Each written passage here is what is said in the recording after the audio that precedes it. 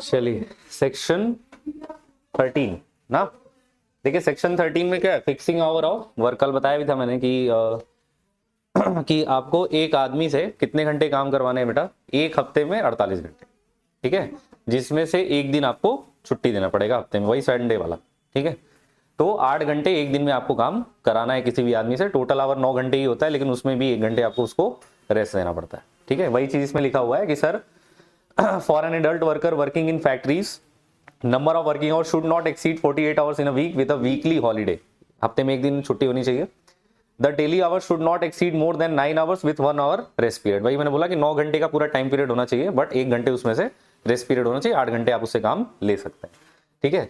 Provision of compensatory holiday over time wages if working on holiday. अगर छुट्टियों के time पे अगर आप उससे क्या करवा रहे हैं बेटा, काम करवा रहे हैं, तो वो किस में कंसीडर किया जाता है, ओवर टाइम में कंसीडर। या अगर उसके जैसे होता नहीं, जितने घंटे वो उसका वर्किंग आवर उससे ज्यादा अगर आप काम करा रहे हैं तो भी वो किस में आएगा, ओवर टाइम में ही आएगा। जैसे 9 घंटे काम किया लेकिन आप उसे 12 घंटे काम कराए उस दिन, तो भी वो ओवर टाइम में ही आएगा, ठीक है। संडे को था, संडे को भी आपने बुला लिया काम करने के लिए, तो संडे भी ओवर टाइम ही है, ठीक है। तो उसका अलग चार्ज है। उसका जो सेक्शन है वो क्या है बेटा, सेक्शन 14 है। इसमें क्या लिखा गया है कि if the person has work for more than 48 hours in a week, अगर कोई पर्सन 48 घंटे से ज्यादा काम करता है एक हफ्ते में, ठीक है, then excess hour work will be treated as over. जो वो एक्स्ट्रा काम मतलब करेगा, एक्स्ट्रा घंटा, वो क्या कहलाएगा, ओवर टाइम कहलाएगा। और ओवर टाइम का जो क्या बोलते हैं रेट होगा, वो क्या होगा, नॉर्मल रेट से दुगुना हो, ठीक है। Over time wages rate will be twice of the normal wages. कि अगर आपको 1 घंटे का 40 रुपए मिल रहा था नॉर्मल वेजेस रेट पे, तो अगर आपने 1 घंटा एक्स्ट्रा कर दिया ओवर टाइम पे, तो आपको 80 रुपए मिलेगा। बस याद रखिए, ये नहीं कि सर 300 का 600 हो जाएगा, ये नहीं हो जाएगा, ठीक है। तो वो 80 रुपए हो जाएगा बस, ठीक है। बाकी वो जो कंपनीज है वो ज्यादा भी दे सकती हैं, 3 गुना 4 गुना जितना भी दे दे, ठीक है। उनको तो अपना प्रॉफिट देखना होता है, ठीक है। ज्यादा देंगी तो और फायदा ही आपको, ठीक है। फिर क्या है, wages for a person who has work less than normal. अगर कोई पर्सन ऐसा है जो नॉर्मल वर्किंग आवर से कम काम करता है, उसका सेक्शन क्या है बेटा, सेक्शन 15। इसमें क्या लिखा है कि अगर employer could not provide the activities of the job, then the employ is entitled to receive full salary, ठीक है। जैसे यहाँ पे क्या है कि जैसे आपसे कोई काम नहीं, जैसे मैं आया और मैं जैसे मैं आ गया यहाँ पे और मैंने अपना थंब लगा दिया, ठीक है, एंट्री हो गई हमारी, लेकिन उस दिन मेरी क्लास नहीं चली, उस दिन मेरी क्लास नहीं चली, तो एम्प्लॉयर मेरी सैलरी नहीं काटेगा, क्योंकि मैं आया था ना। मैं क्या किया था, आया था उस दिन। ऐसा नहीं कि आप उस दिन मैं अब्सेंट था। जैसे होता नहीं सर, मिस्त्री आ गए, ठीक है, या लेबर आ गए, लेकिन मटेरियल आपने नहीं मंगाया उस दिन, लेकिन वो 4-5 घंटे बैठे रहे, फिर कहे सर कल आएगा मटेरियल, चले जाएगा, तो आप उस दिन का उसकी दिहाड़ी नहीं काट पाएंगे। क्यों, क्योंकि वो आ गए थे, ठीक है। सामान आपको पहले रखना चाहिए था। वो तो जोड़ेगा अपना कि भैया हम आए थे, 5 घंटे बैठे थे, 6 घंटे 7 घंटे, या 5 बजे तक बैठे रहे, मटेरियल ही नहीं है, हम चले गए, ठीक है। तो याद रखिए, अगर इंप्लॉयर आपसे कोई काम नहीं कराया मान लीजिए, लेकिन अगर आप आए हैं तब भी आप फुल सैलरी पाएंगे, ठीक है। लेकिन क्या लिखा है कि employ has not work due to his unwillingness, then the employ is not entitled to receive full salary. जैसे आपका मन नहीं हुआ आने का, ठीक है, तब आपको फुल सैलरी नहीं दी जाएगी, मतलब उस दिन की सैलरी काट दी जाएगी और उस दिन का वेजेस कट जाएगा, ठीक है। कि जैसे सर फोन किए कि आ रहे हो, हम कहे नहीं आएंगे सर, ठीक है, मन नहीं कर रहा है सर, ठीक है, सर सैलरी काट लेंगे मेरा, ठीक है। कि भैया तुम्हारा मन नहीं कर रहा है ना, ठीक है, हमारा तो लॉस हो गया, ठीक है, अब क्या करूंगा मैं 2 घंटे, ठीक। तो वही चीज है यहाँ पे कि जैसे मैंने मटेरियल रखा है, उस दिन मिस्त्री नहीं है, तो भाई रोजाई कटेगी। 30 दिन की जगह कितने दिन की उसको रोजाई देंगे, 29 दिन का, ठीक है। तो वहां पे आप उसको काटेंगे। लेकिन अगर आ गया है, आप उससे काम नहीं कराए, तो पैसा पूरा लेगा, ठीक है। फिर क्या लिखा है कि रिकॉर्ड्स को भी मेंटेन किया जाता है, जिसको आप अपने काम पे रखते हैं। वो किसके अंदर है, सेक्शन 18 के अंदर। इसमें क्या क्या रजिस्टर मेंटेन करना पड़ता है आपको, पार्टिकुलर्स ऑफ एम्प्लॉयड पर्सन, कितने एम्प्लॉयड पर्सन आपके यहाँ काम कर रहे हैं, the work perform by them, मतलब कितने घंटे आप उनसे काम करा रहे हैं, सब लिखेंगे आप, 8 घंटे 6 घंटे, कौन 12 घंटे काम कर रहा है, सब उस पर लिखा जाएगा, तभी तो सैलरी दी जाएगी ना, वेजेस दिया जाएगा उसको, ठीक है। The wages paid to them, कितना पैसा उसको दे रहे हैं, ठीक है, 1 दिन के हिसाब से दे रहे हैं कि महीने के हिसाब से दे रहे हैं, वीक के हिसाब से दे रहे हैं, ठीक है, ये आप उस पर लिखेंगे। और जो पैसा आप उसको देंगे उसका रिसीट भी उसके पास होना चाहिए। जैसे अब तो ऑनलाइन हो गया है सारी चीजें, तब भी वो बैंक अकाउंट की डिटेल्स चेक कर लेते हैं कि भाई 2 तारीख को पेमेंट होता है, तो 2 तारीख का अपना बैंक डिटेल्स देख लो ना कि पैसा आया था, ठीक है। अब तो रिसीट देने की जरूरत नहीं है ना, कोई कागज वोगज, वो बैंक से पूरा लिंक रहता है। 2 तारीख को सैलरी आपके खाते में जाएगी, वो दिख जाएगा कि 2 तारीख को सैलरी आई, क्रेडिटेड, ठीक है, 15,000 20,000 50,000 जो भी होगा, वो एकदम एग्जैक्ट अमाउंट आता है, तो पता चल जाता है कि ये बंदा इतना कमाता है, ठीक है। तो रिसीट भी आपको देना पड़ता है, उसका भी मेंटेनेंस आपको करना पड़ता है कि इतने तारीख को पैसा गया था तो उस दिन का मैंने रिसीट काट के रखा हुआ है, ठीक है, डेटा अपने स्टोर में करके रखा हुआ है, ठीक है।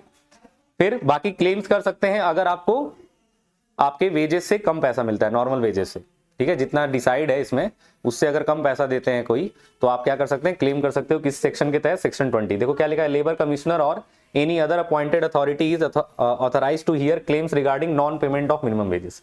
कि अगर कोई कंपनी, ठीक है, आपको मिनिमम वेजेस से कम पेमेंट करती है तो उसके लिए एक लेबर कमिश्नर को बैठाया गया, अपॉइंट किया गया गवर्नमेंट के द्वारा, और आप वहां जाके क्या कर सकते हैं, अपना जो भी आपको दिक्कत है, अगर आपको कम पेमेंट मिल रहा है तो आप जाके क्लेम कर। जैसे ग्राहक सेवा केंद्र होता है हम लोग के लिए, कस्टमर वालों के लिए, ठीक है, हम लोग के लिए कौन सा एक्ट चलता है, कस्टमर प्रोटेक्शन एक्ट, ठीक है, 2002, ठीक। तो ये क्या है, ये बोलता है कि अगर किसी ग्राहक के साथ क्या हो रहा है, कुछ फ्रॉड हो गया, ठीक है, कुछ आपको गलत क्वालिटी का गुड्स मिल गया, तो आप जाके क्या कर सकते हैं, क्लेम कर सकते हैं, ठीक है। तो वैसे यहाँ पे भी है कि अगर आपको कम पैसा मिल रहा है तो आप जाके यहाँ पे क्लेम करिए, नहीं क्लेम करेंगे पता थोड़ी चलेगा, ठीक है। फिर क्या लिखा है, any agreed person may apply to the authority for settling his claim within 6 month, ठीक है, मतलब उस बंदे का जो क्लेम होगा 6 महीने के अंदर उसको खत्म करना है, उसको नहीं खत्म कर देना है, ठीक है, जो बंदा गया है, ठीक है, उसके क्लेम को खत्म कर दीजिए, ठीक है, कि सेटल कर दीजिए, है, ठीक है। और पेनाल्टीज क्या लगती हैं अगर कोई कंपनी या इंडस्ट्री आपको मिनिमम वेजेस से कम पेमेंट देती है, सेक्शन 22 के तहत आपको क्या रहेगा कि 6 महीने की जेल हो सकती है, ठीक है, या 500 रुपए फाइन हो सकता है, या दोनों हो सकता है, ठीक है। कहेंगे सर ये तो दे देंगे सर, लेकिन 6 महीने जेलवा भी रहना पड़ेगा ना, ठीक है, मतलब दोनों में से कुछ भी हो सकता है आपको, ठीक है, या तो दोनों हो सकता है, ठीक है, जैसा आप क्राइम किए होंगे, ठीक है, तो उस हिसाब से आपको कोर्ट, अब यहाँ पे कोर्ट आएगी बीच में, ठीक है, कोर्ट का डिसीजन मानने होगा कि भाई कितना पैसा देना है कि आपको जेल में रहना है, या दोनों, ठीक है।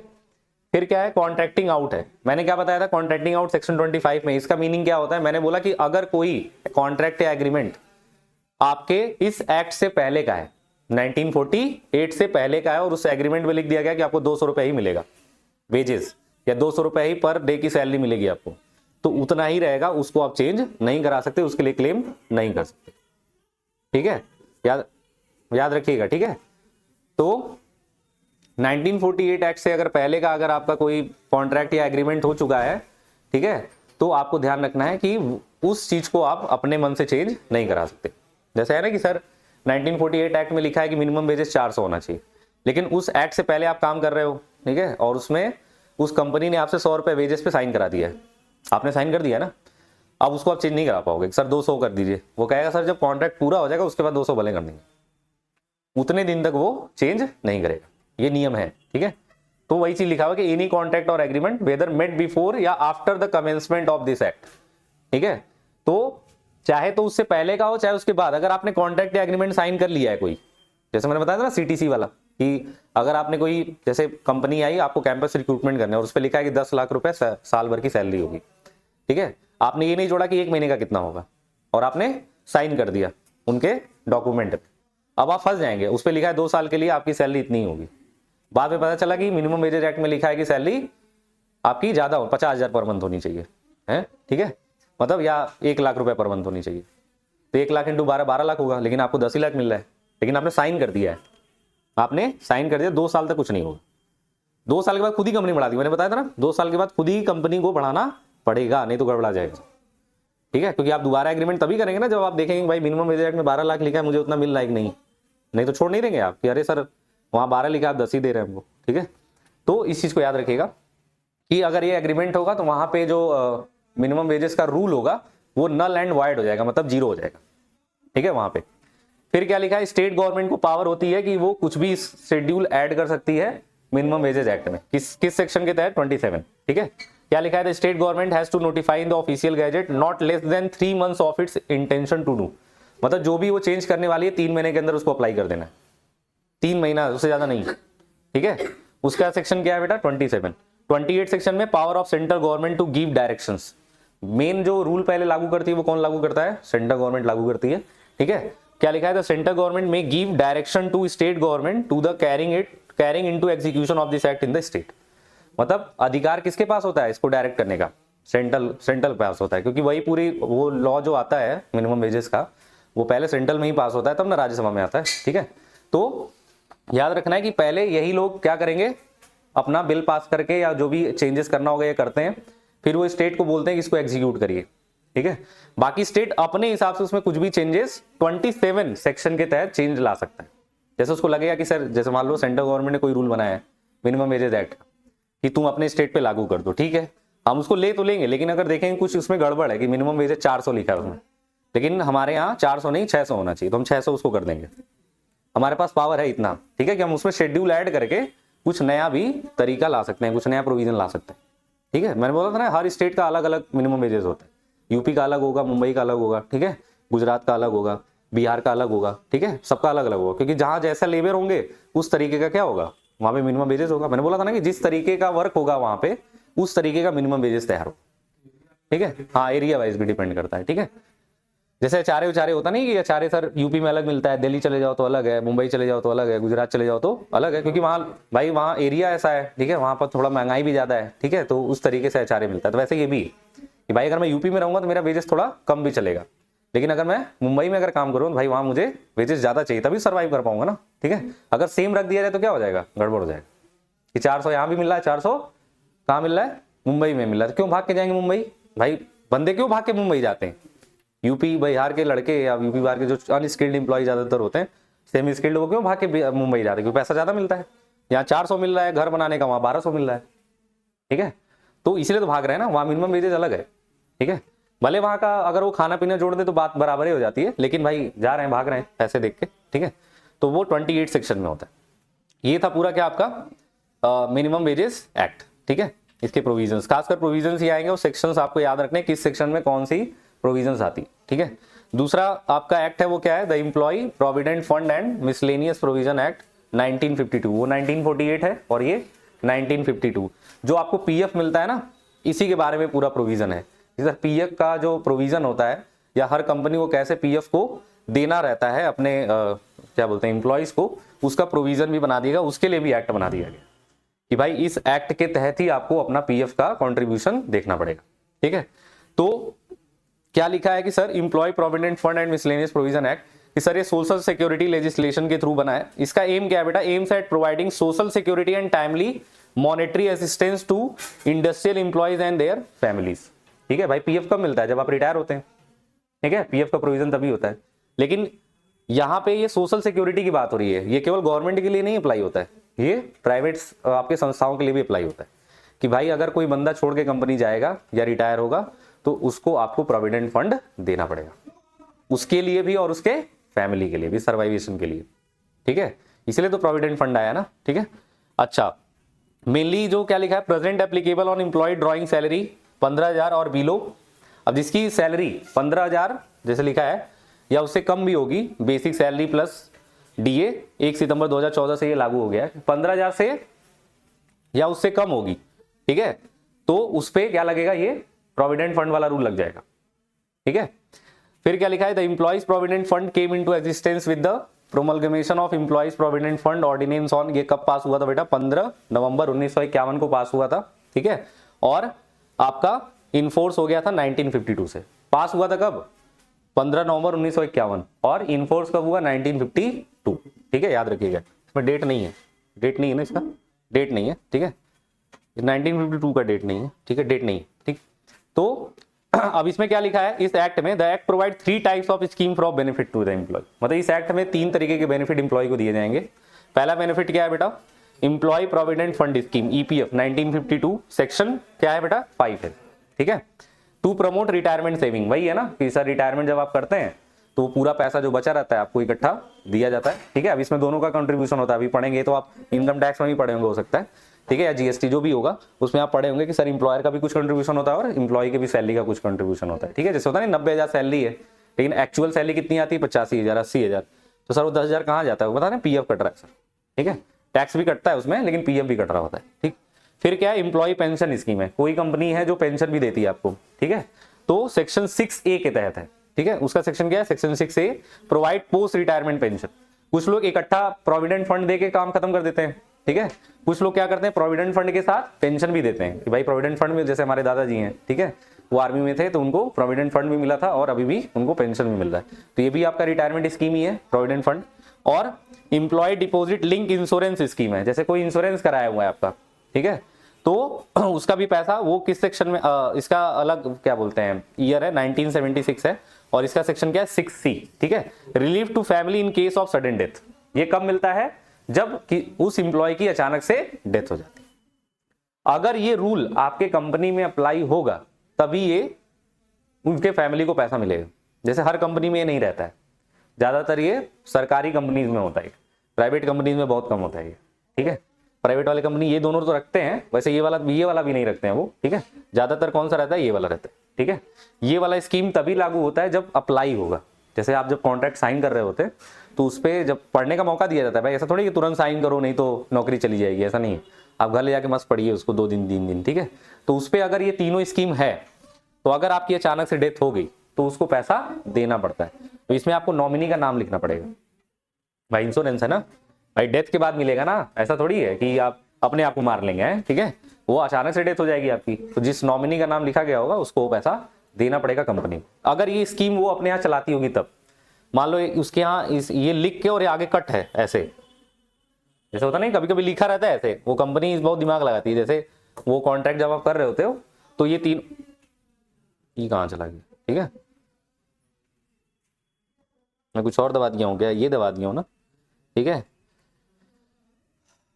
1 मिनट। जैसे उसमें होता है ना कि एम्प्लॉई प्रोविडेंट फंड स्कीम लिखा हुआ है और उसके आगे कट ऐसे कट बना रहता है, ठीक है, मतलब अप्लाई नहीं होता है, 2 पे टिक लगा रहता है, ठीक है। तो कंपनीज क्या करती हैं, वो इसको लिखी तो रहती हैं, ठीक है, लेकिन आगे कट रहता है क्रॉस, ठीक है। तो लोग ध्यान नहीं देते हैं, उनको लगता है कि सर तीनों अप्लाई होता होगा क्योंकि तीनों लिखा है, ठीक है। लेकिन अगर ऐसे कट है तो समझ जाइएगा ये स्कीम नहीं चलती है, ठीक है। ये जबरदस्ती नहीं है, ये लिखा है कि ये 3 जो टाइप हैं ये क्या करते हैं, बेनिफिट देते हैं किसको, एम्प्लॉय, ठीक है। तो अब जहां पे देखो, जैसे मान लो कोई छोटी मोटी कंपनी होगी तो वो तो ये वाला नहीं देगी ना, ठीक है। जैसे रिलायंस हो गया, टाटा हो गया, ये सब बड़े बड़े कंपनी तो ये देते होंगे, ठीक है। वो भी सबको नहीं देते होंगे, ठीक है। जो थोड़ा जैसे ना बढ़िया इंप्लॉय होगा, ठीक है, उसी को ये इडली वाला स्कीम देते होंगे, किलो इडली खाओ, है, ठीक है। नहीं सबको इडली नहीं देते ना, ठीक है। इडली लग रहा है नहीं, ठीक है, EDLII है, इडली से, ठीक है। कि सर इडली खाऊंगा मजेदार हो जाएगा सर, मर गया कहीं मैं इडली खा के तो मेरे फैमिली को पैसा मिल जाएगा सर, है, ठीक है। लेकिन अगर क्रॉस है तो नहीं मिलेगा, ठीक है। अच्छा, फिर क्या लिखा है कि सर ये जो एक्ट है ये पूरे इंडिया में अप्लाई होता है, जम्मू एंड कश्मीर के साथ भी, ठीक है, ऐसा नहीं कि वहां नहीं लागू होता, ठीक है। अप्लीकेबल फॉर, देखो क्या लिखा है, every factory engaged in any industry, किसी भी इंडस्ट्री की होगी, ठीक है, specified in schedule and cover 180 plus, मतलब इसमें और 180 से ज्यादा इंडस्ट्री आते हैं, ठीक है। लेकिन इसमें लिख दिया है पहले कि सर किसी भी टाइप की इंडस्ट्री होगी, ये एम्प्लॉय प्रोविडेंट फंड स्कीम वहां पे 1952 लागू हो जाएगा, ठीक है। फिर क्या लिखा है, any other establishment or class of establishment notified by central government in which 20 or more persons are employed for theatre 5 or मोर, मतलब थिएटर्स में अगर कहीं काम आप कर रहे हैं तो 5 या 5 से ज्यादा, या नॉर्मल अगर कोई सेंट्रल गवर्नमेंट का क्या है एजेंसी है कोई, तो 20 या 20 से ज्यादा, जैसे रेलवे है, ठीक है। तो रेलवे में भाई 20 या 20 से ज्यादा लोग काम करते हैं, ठीक है। तो वहां पे एम्प्लॉय प्रोविडेंट फंड स्कीम तो ऐसे ही लग जाएगा, ठीक है। लेकिन अगर कहीं छोटी मोटी संस्था है, अगर 5 या 5 से ज्यादा भी लोग काम कर रहे हैं तो वहां पे भी ये स्कीम आपका लागू हो जाएगा। सेंट्रल की बात हो रही है, नॉट स्टेट, ठीक है। फिर क्या लिखा है, central government may apply the provision of this act to any establishment employing less than 20% after giving at least 2 month notice, ठीक है। कि जैसे कहीं अगर 20 से कम भी काम कर रहे होंगे, जैसे यहां लिखा है कि सेंट्रल गवर्नमेंट जो ये प्रोविजन है वो 20 से कम पर्सन पे भी लागू करवा सकती है अगर उसको 2 महीने पहले नोटिस मिला हुआ है तब, 2 महीने पहले, काम करने शुरू होने से 2 महीने पहले, ठीक है। जैसे मैं अपना बिजनेस खोला और मेरे यहाँ 19 लोग काम करते हैं तो अप्लाई तो होगा नहीं, 19 लोग या 18 लोग, 15 लोग, 16 लोग, ठीक है।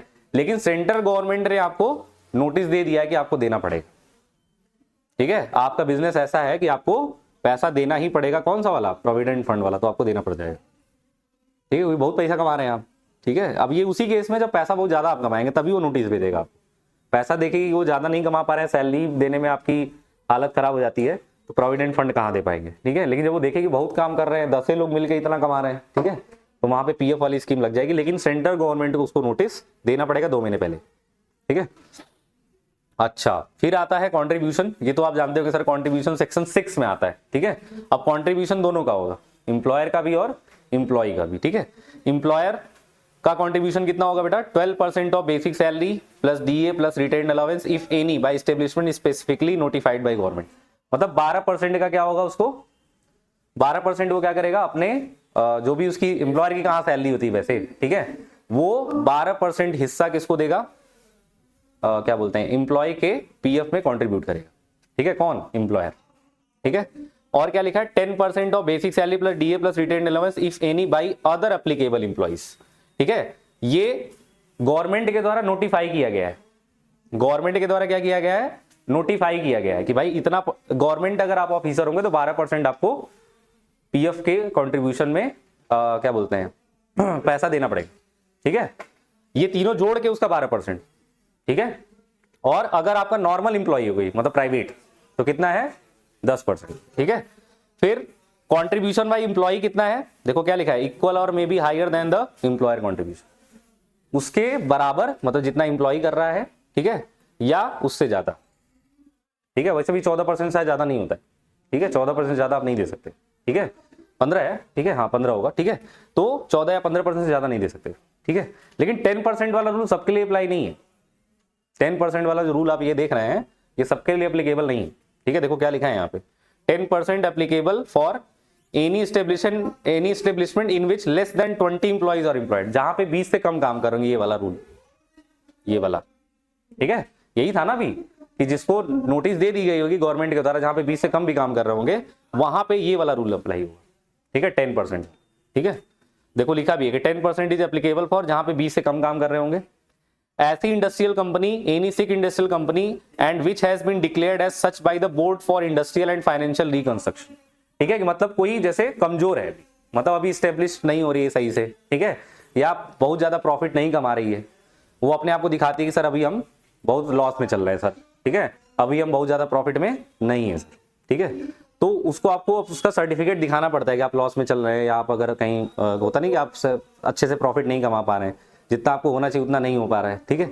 तो वो कंपनीज भी इसके अंदर आती हैं, उसके लिए 10% वाला है, मतलब इंप्लॉयर का कंट्रीब्यूशन 10% होगा, नहीं तो नॉर्मल गवर्नमेंट ने कितना डिसाइड किया है 12%, ठीक है।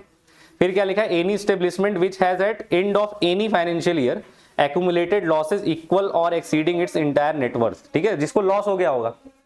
अब जो कंपनी हमेशा लॉस में रह रही होगी, ठीक है, वो कंपनी कहां दे पाएगी, वो कंट्रीब्यूट ही नहीं कर पाएगी, वो कहेगी सर हम तो लॉस में चल रहे हैं 2 साल से 4 साल से, हैं, ठीक है, हमको क्या चाहते हैं, मर जाएं हम, हैं, ठीक है, मतलब पीएफ भी दे दें लॉस में, ठीक है। तो वो कहेगी नहीं, ठीक है, करना देना तो पड़ेगा, लेकिन कितना देना पड़ेगा, 10% आपका कंट्रीब्यूशन होना चाहिए। या कोई ऐसी इंडस्ट्री जो कि जूट इंडस्ट्री हो, बीड़ी इंडस्ट्री हो, ब्रिक्स इंडस्ट्री हो, ठीक है, कॉयर इंडस्ट्री, गुअर इंडस्ट्री, ठीक है, गम फैक्ट्री जो होती है, ठीक है, गम जो बनाती है, जैसे आप लोग में गम बहुत है ना, वो वाला गम नहीं है, ठीक है, वो जो गम गोद वाला, ठीक है।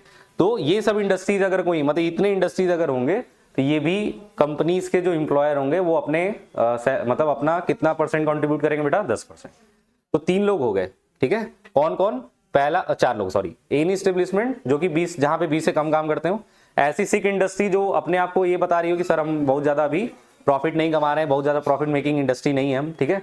तीसरा सर, ऐसी कंपनी जो हर फाइनेंशियल ईयर में लॉस सह रही है, या पिछले साल के ही फाइनेंशियल ईयर में लॉस में चली गई, ठीक है। और ऐसी इंडस्ट्री जो जूट, बीड़ी, ब्रिक्स, स्क्वायर और गुअर गम की फैक्ट्रीज में डीलिंग करती होगी, तो वो लोग 10% कंट्रीब्यूशन कर सकते हैं, उनके एम्प्लॉयर। नहीं तो नॉर्मल अगर इनको छोड़ के नॉर्मल इंडस्ट्रीज हैं, नॉर्मल कंपनीज हैं, तो उनके एम्प्लॉयर को 12% आपको कंट्रीब्यूशन करना पड़ता है प्रोविडेंट फंड स्कीम में, ठीक है।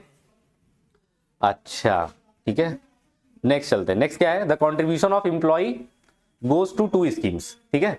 मतलब अब इसमें देखो क्या लिखा है कि अब इसमें जैसे थोड़ा सा क्वेश्चन पूछा है कि मतलब ये दिया हुआ है कि जैसे एक एम्प्लॉयर है जो कि कंट्रीब्यूट करता है कितना, 12%, ठीक है। देखो लिखा ना, suppose the employer is contributing 12%, then 8.33 will be contribute in EPS, ठीक है। कि सर वो ईपीएस स्कीम, देखो contribution is not paid when employ crosses the age of 58, इसमें लिखा है कि सर एम्प्लॉय अगर 58 एज से ज्यादा का है, जैसे वो 58 एज से ज्यादा का है, तब आपको ये कंट्रीब्यूशन नहीं करना होता है, ठीक है। अब इसमें देखो 3.67 विल बी ईपीएफ में जाएगा और 0.5 इडली, जैसे अब ये टोटल अगर इसको आपको करना है सर 12%, तो ऐसा नहीं कि सर टोटल 12% होता है, उसमें 8.33% क्या होता है, ईपीएस में जाता है, 3.67% ईपीएफ में जाता है, और 0.5 इस इडली में जाता है। जैसे देखो ये था, कहाँ गया ये, ये जो 3 फायदे थे ना, देखो ये वाले कि सर जैसे प्रोविडेंट फंड स्कीम में कितना 8.67 3.6 8.33 सॉरी, ठीक है, यहां पे कितना जाएगा, ठीक है, यहां पे जाएगा 8.33%, अगर टोटल वो 12% देता है तब, ठीक है। फिर इसमें कितना मिलेगा 3.67%, और यहां पे कितना मिलेगा 0. तब जाके टोटल मिला के कितना होगा 12%, ठीक है। क्या हो गया, उल्टा हो गया क्या, हाँ सॉरी, ठीक है, हाँ ये उल्टा लिख दिया, ठीक है। ईपीएफ में 3.67 है और यहाँ पे 8.33, ठीक है। तो मतलब इस तरीके से उसका परसेंटेज निर्धारित होगा। लेकिन अगर ये कट होगा किसी कंपनी में, मैंने बताया ना, अगर ये कट होगा तो कितना हो जाएगा, फिर ये कम हो जाएगा 11.5, कहीं कहीं देखना 11.5 भी रहता है इंप्लॉयर का कंट्रीब्यूशन, तो वहां समझ जाएगा सर ये वाला स्कीम नहीं है, इंश्योरेंस कंपनी ने नहीं करवाया आपका, ठीक है। मतलब आप मर गए तो कुछ नहीं मिलेगा फैमिली को, ठीक है, याद रखिए, ठीक है। नहीं 0.5 वाला ये नहीं मिलेगा, अगर ये कट होगा तो ये नहीं दे पाएंगे ना फिर, जैसे अगर ये कट हो गया तो नहीं दे पाएंगे, ठीक है, नहीं तो बाकी दे देंगे। क्या हो गया, ये 12 हो गया, ठीक है, तब 12.5 हो जाएगा क्या ये, ठीक है, ठीक है 12.5 कर लेते हैं, लेकिन वहां 12% लिखा हुआ है, ठीक है, आ गया ये, ठीक है भाई। जैसे इसमें ये है 8.33 और 3.67 जोड़ेंगे तो 12%, हाँ यार सही कह रहे हो, 12.5 हो जाएगा। तो अब जैसे इसमें ये है कि अगर 0.5 वाली स्कीम नहीं होगी, ठीक है, तो नहीं मिलेगा, ठीक है, याद रखिएगा ये चीज। ये इंश्योरेंस जो होता है ये कंपनी अपने हिसाब से करवाती है, क्योंकि इंश्योरेंस में ज्यादा पैसा देना पड़ता है। जैसे मैं काम कर रहा हूं, मैं अब भाई ये मान लो 0.5% हमेशा जा रहा है, ठीक है, और मेरी 60 साल से पहले क्या हो गई, डेथ हो गई, ठीक है, तभी देना पड़ेगा ना, उसके बाद भी दे सकते हैं आप, ठीक है, लेकिन डेथ हो जाती है तो इसका पैसा अलग होता है फिर, ठीक है। ये इंश्योरेंस का पैसा जो होता है आपके फैमिली को देना ही पड़ता है, ठीक है।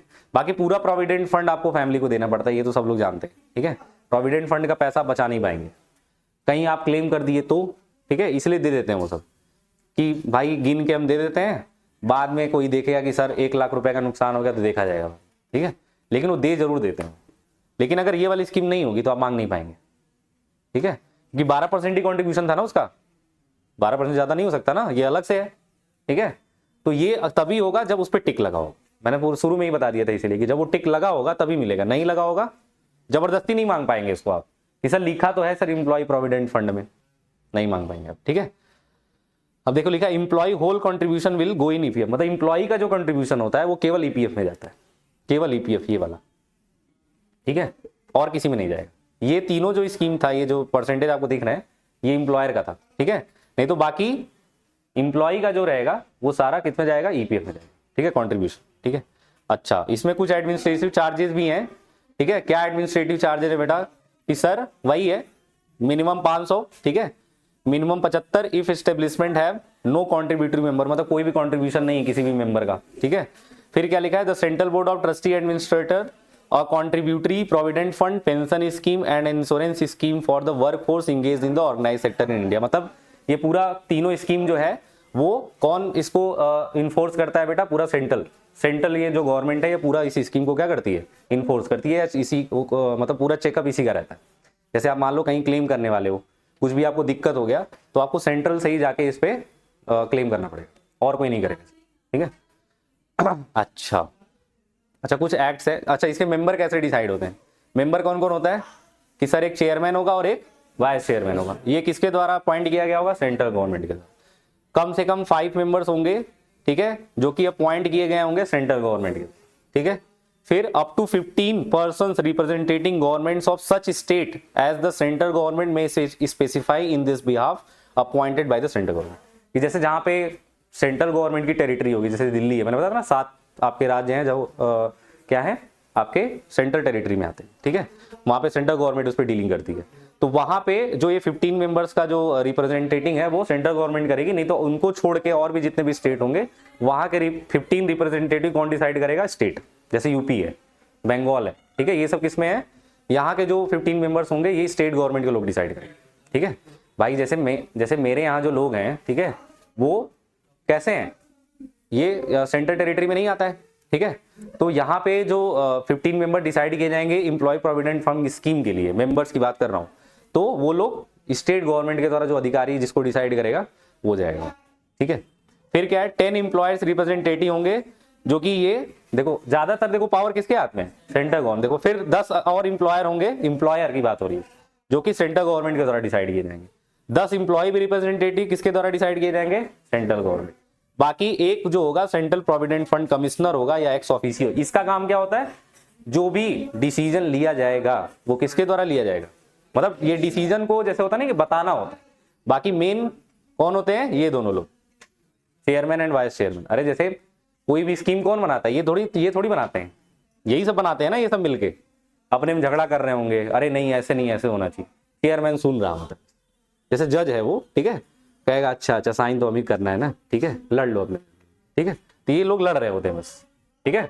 बाकी ये जो रहेगा ये बताएगा इनको, ठीक है, कि सर पूरा मामला यही है और आप देख लीजिए आप, ठीक है, साइन कर देंगे तो लागू कर देंगे, नहीं साइन करेंगे तो रहेगा मेरे पास ठंडे बस्ते में, कोई दिक्कत नहीं, मेरे पास ही रहेगा सर, ठीक है। क्लेम भी कोई आएगा इन्हीं के पास आएगा, ये नहीं इनके तक नहीं पहुंचेगा, पहले इनके पास आएगा। ऐसा भी बोले सर क्लेम करेंगे सर, ठीक है। सर क्लेम कैसे करें सर, कि जैसे कंपनी ने लिखा है 12% देने के लिए क्या प्रोविडेंट फंड में अपना कंट्रीब्यूशन, लेकिन दे कितना रही है बेटा 11%, 1% कम दे रही है सर, ठीक है। तो क्या करें कि इनके पास जाएंगे, यही आएगा पहले, ठीक है, कि सर क्या दिक्कत है सर, ये 1% कम मिला है सर देखिए, ठीक है।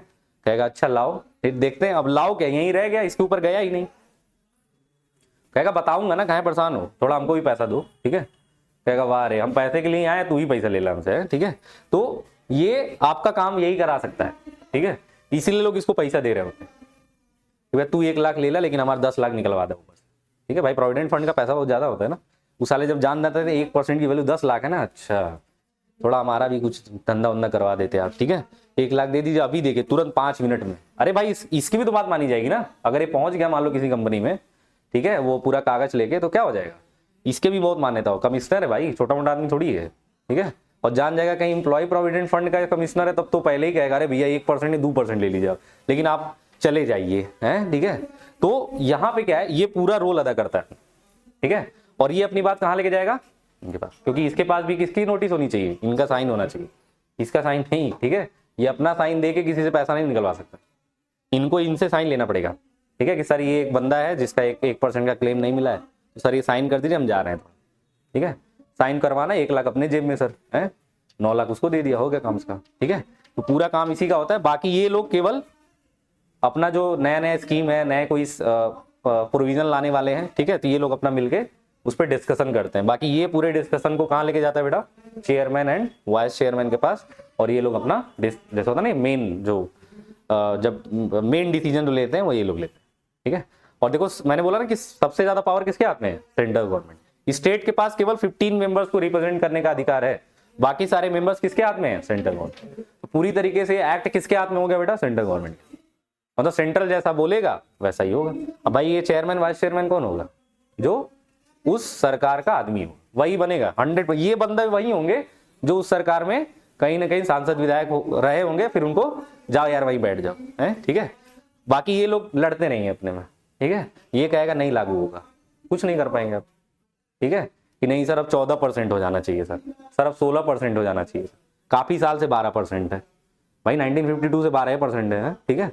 तो आप सोच सकते हो बढ़ना चाहिए ना, ठीक है, महंगाई बढ़े, लेकिन ये कहेंगे नहीं महंगाई नहीं बढ़ा है हमारे हिसाब से, ठीक है, क्योंकि ये लोग एम्प्लॉयर नहीं है ना, ये लोग कहाँ एम्प्लॉयर एम्प्लॉय है, ये तो देश के क्या है, देश को डुबो रहे हैं ये बैठ के, ठीक है, कि सर हमको पैसा मिल रहा है ना, सैलरी मिलेगी सर, और हमको तो पीएफ मिलेगा ही गवर्नमेंट के द्वारा, फिक्स हो गया सर, पेंशन भी मिलेगा सर, पेंशन भी मिलेगा, टेंशन कोई नहीं है हमको, है, ठीक है।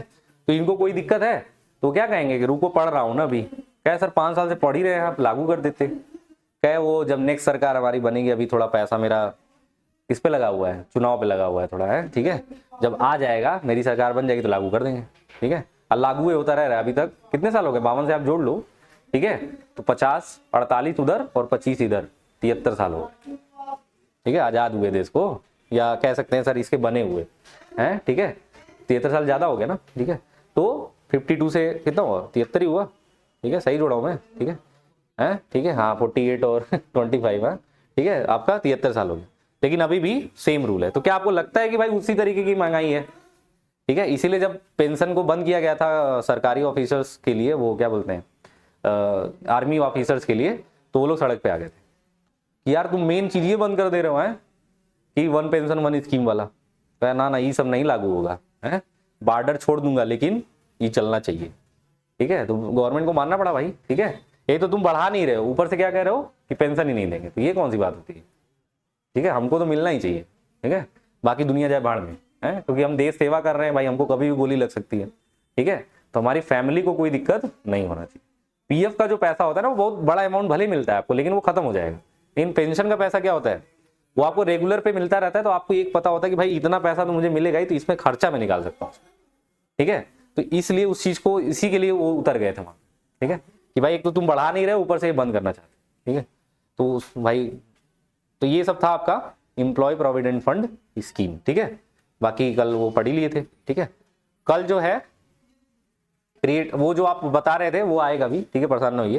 ठीक है, क्रिएटिविटी पढ़ेंगे कल। ठीक है, कल तो संडे है ना। ठीक है, परसों। ठीक है, हाँ जो भी है, हाँ जब आप छुट्टी मना लीजिए।